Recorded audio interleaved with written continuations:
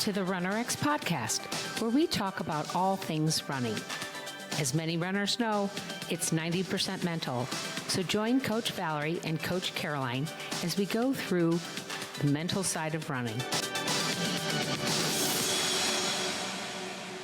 Welcome back to the RunRX podcast. I'm your host, Coach Caroline, and I'm here with Coach Valerie.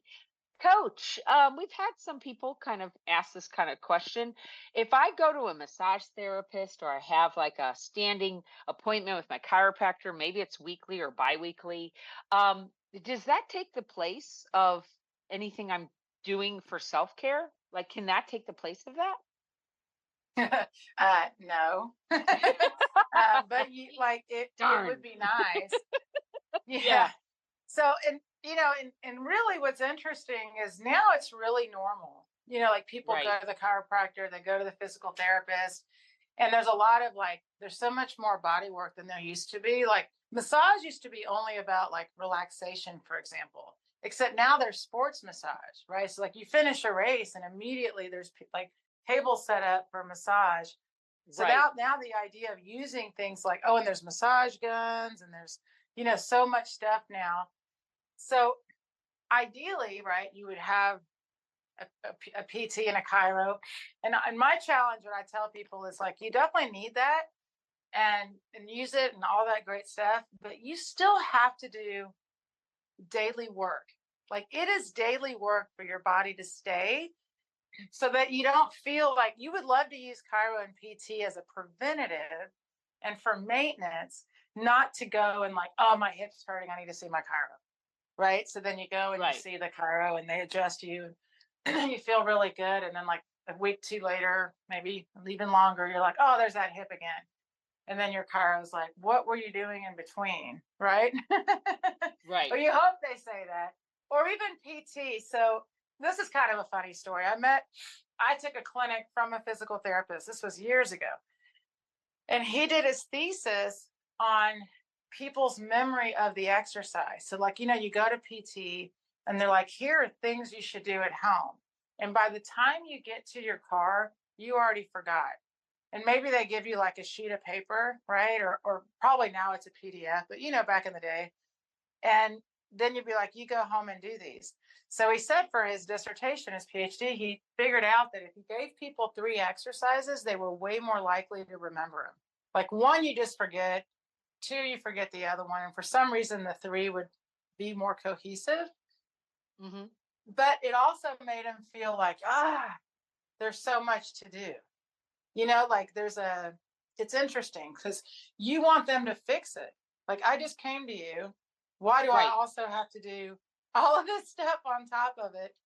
Exactly. And I always say, I always laugh because, I've been exercising all my life and didn't luckily, found ways to prevent injuries and things like that. And I used to kind of think stretching was for old people, especially when I was in my late 20s, early 30s. And as you get older, guys, and you can't help it, you need all that. You need the stretching, you need the recovery, all that. But it is funny because I was the same. I'd never been to a chiropractor. And the first time I went, I was like, all right. And, and the guy was like, it's not like a one-time thing, but if you've ever had a really good adjustment, you feel so good, right? Right. And so I think for not everyone, but for a lot of people, if you go to the chiro and you feel good, then you go back to doing everything you're doing. And then when you don't feel good again, you go back to the chiro. In your mind, I think you're thinking, I'm just getting fixed when I need.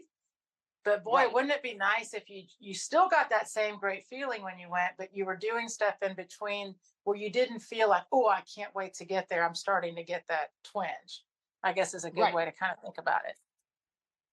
Absolutely. Yeah. So basically, if I'm adding, say, massage one week and chiro the next week, I still need to warm up. I still need to do my self-care in between. But is that like too much? Like, should I not waste my money? No, I mean, I think if you have a great relationship with someone and a working relationship with your PT and chiro, fantastic. And the ones that don't, like me, for example, I live in Dallas now. I used to live in Austin, and when I lived in Austin, I had a PT relationship and I had a chiro relationship where I referred people for a trade out. A lot of trainers Oh, do that. So okay. I got to, so if I needed to go get an adjustment with the chiropractor, I could. And with the physical therapist, same thing. Like if I just felt off or something. But the neat part is both of them let me learn through my own clients. So, like if I had someone with an injury and I had the time, I would go with them to the PT and the chiro and learn some of the exercises that they needed to do and also why they were getting into this situation. Like when you find people that are really amazing with movement, it is really different because if I just go to the chiropractor and they say, "Oh, well, you have a tight hip," for example, Right. and we're going to do this and that. And then next time your hip hurts, just come see us, or you need to come this many days a week until we get it unstuck or whatever. You're not really learning anything. So for me, it was like, well, the reason that why is their hip so tight? Well, because of this and that. So by the way, most chiros would probably agree with me. So much of our issues are from our posture, right? How we sit, how we Right. stand, Mm-hmm. right? But we go in with injuries from movement, like, oh, my knee hurts when I run, right? So then you're working on your knee or whatever, wherever the injury is. And I'm like, well, really, the reason you have this knee injury, first, RunRX always comes to the conversation, but the reason you have most of these pains is because you're running wrong, you're standing wrong, you're Right. walking wrong, and you're sitting wrong. And wrong is maybe not the word to use, but not as correctly as you could, not as well as you should be able to. And that's like to me with the best part when we have students come through and we keep talking to them about, we know you have a tight hip. I promise we know that. We know you have a tight Right. back, tight shoulder, tight hip flexors. You have it all. You have all the tightness. Right. and and so we're going to give you daily practice to work on it so that ideally the only reason you go see a PT or chiro is, like I said, for maintenance and prevention rather than to keep fixing a recurring problem. Because what do I do consistently is what my body shows up. Your knee keeps hurting when you're running. There's something going on with your run. It's not because you have a tight hip. You have a tight hip. That's just a fact. The knee hurts because something's going on with the movement. Same with, guys. Most of the ings, the walking, the swimming, the cycling, the weightlifting. I'm like, anytime there's injuries there or there's something wrong, let's first look at how's your position, your pose, and then let's work on that first. So I know I derailed, but that is why you have to No, do no, the no. daily practice. That's why you have to Right. do the daily work. Yeah. Okay.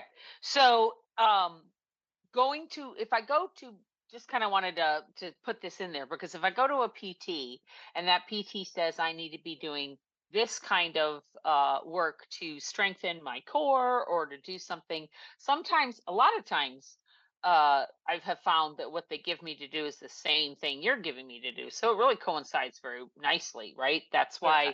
why PT is the only pose, right? The pose method is the only running method that physical therapists can do, right? Isn't that part of? Well, it's the only method credited for physical therapists. And the Okay. reason is because of the stress reduction, the impact reduction reduces impact by over 53%. And so you don't want your PT to be your running coach. Right. You want your PT, though, to understand the movement of running. This is why, if I was a PT, I would take the online course to understand the concept and the movement pattern. Because again, if I go to the chiro, I go to the PT, and I'm like, I run a lot and this hurts. I'm telling you, it's just the way it goes. You're going to work on the area that hurts. Why wouldn't you? So Right. imagine instead if they were like, all right, you're a runner, stand in your running pose. And then immediately, I'm telling you, they would be able to see all kinds of things. And they can see things anyway, but then it's so much easier to help you as the runner to be like, it's not because you're weak. So many people misunderstand. Like the PT will say something like, your glutes aren't firing. And they mistake that for, oh, I'm weak. No, you're not. It's just that you're not patterning like you should. So we have to work on patterning so that when you stand here, so that when you are running and you pull your foot, all of the muscles are working as they should. and you're going to primarily use your hamstring muscle. Most people don't even know what muscle they're using while they run. So they'll Right. tell me that their glutes aren't firing. And I'm like, do you even know what your glutes are doing while you run? You see what I mean? But when someone Yeah. tells you that, you're like, help, my glutes aren't firing. Great. In fact, the PT said it to me. And I go, what are you talking about? I can back squat like 200 pounds. My glutes fire all the time. She's like, well, they're not responding as quickly as they should when your foot touches the ground. Because see, she did learn pose, the concept. So Right. she understood that what was happening wasn't anything wrong other than, and I could actually correct it myself, but she's like, it's nothing to do with strength. And that took me a long time to understand too. I had someone just yesterday say to me, Valerie, I can't catch my ankle. Is it because my hamstrings are weak? Absolutely not. It's because you have, well, one, you've never done it, but also it's because it's your whole upper body needs to be lifted. And it's so fun for me, by the way, guys, like when you do get a diagnosis of any kind, like you go to the PT, you go to the Chiro, and they tell you, I don't care what they tell you, tell me, tell us, and let me help you. Instead of just thinking, oh gosh, my glutes don't fire, or oh, I have a tight hip, or who cares, whatever it is that they tell you, we can work with that. And I help you to see that it doesn't define you. Right. But if your hip Absolutely. is always hurting and you're like, I'm just like I said, let's finish with just saying it. You want to have a great relationship and learn more about your body with a PT and Chiro, but you should feel like I'm in control of my movement and I'm going for prevention and maintenance rather than I just keep getting the same hip pain or the same whatever you got. Absolutely. So if you are interested in learning to work with Valerie, you can go to runrx.fit/join underscore, or it might be hyphen, RunRX Strong. But you can go to our membership or go to our website at runrx.fit. And if you look at the work with me, it will bring up what's called a landing page that gives multiple ways to work with us. And you just want to go to the membership tab, and that will give you all of the information you need to come into the membership, get a gait analysis, do some check-ins, get into that deep dive of the immersion, and work with Valerie and see where you can be in 30 days. It would really help you a ton. And if you stick around, that's great. But if all you can do is 30 days, that's not a problem. So we hope to see you in the membership, guys. Thank you. Thank you for joining us on the RunRX podcast. If you'd like to know more, join us at www.runrx.fit. And if you have additional questions that you'd like answered on the podcast, email us at support@runrx.fit.